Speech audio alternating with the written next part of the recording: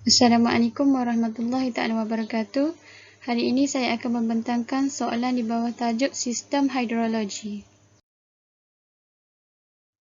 Nyatakan 3 jenis kerpasan yang sering berlaku di kawasan tropika lembap. Terdapat 3 jenis kerpasan. Yang pertama, hujan perolakan. Yang kedua, hujan bukit. Yang ketiga, hujan perenggan.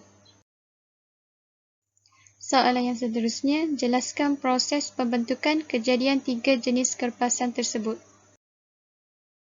Yang pertama, hujan bukit berlaku apabila angin monsun timur laut dan barat daya bertiup dari arah laut.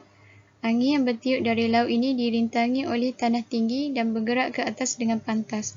Udara di dalam angin menjadi semakin sejuk dan berlakulah pemeluapan dan terbentuklah awan hujan.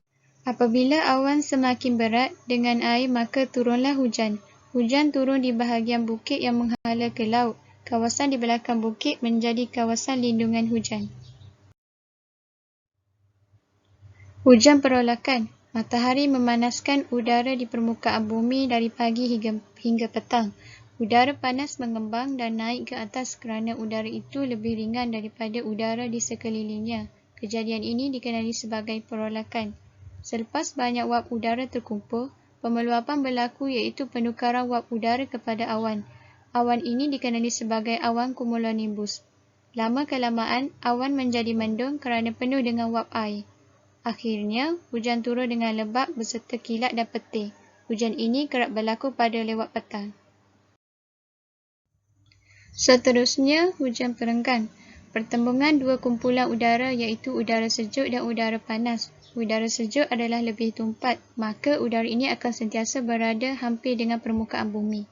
Udara panas yang lebih ringan akan bergerak naik ke lapisan atas udara yang lebih sejuk. Semasa udara panas naik, tekanan udaranya berkurangan dan udara mengembang lalu menyejuk sehingga takat embun. Akhirnya, proses pemeluapan berlaku dan seterusnya membentuk hujan perenggan.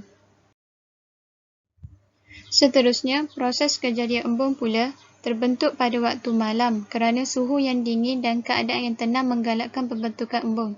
Udara yang sejuk menyebabkan wap air dalam udara mengalami kondensasi lalu membentuk embun.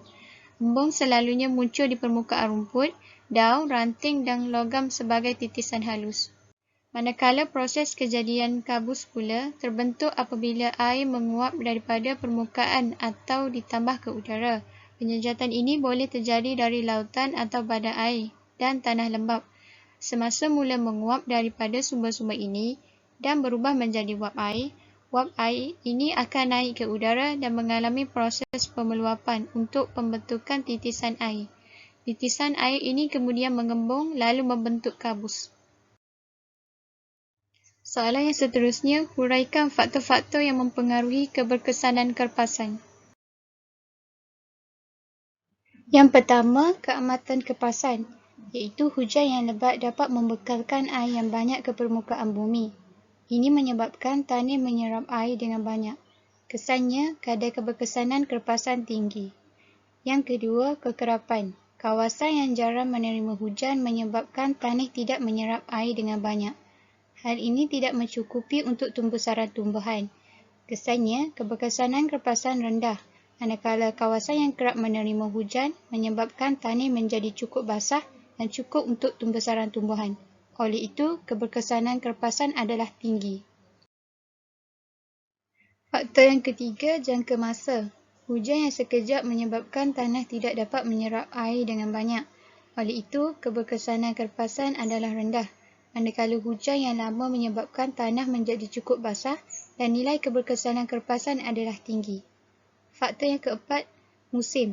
Pada musim kemarau, keberkesanan kerpasan sangat rendah kerana tiada hujan yang berlaku, manakala pada musim hujan atau musim tengkujuh, keberkesanan kerpasan tinggi kerana bilangan hari hujan lebih banyak.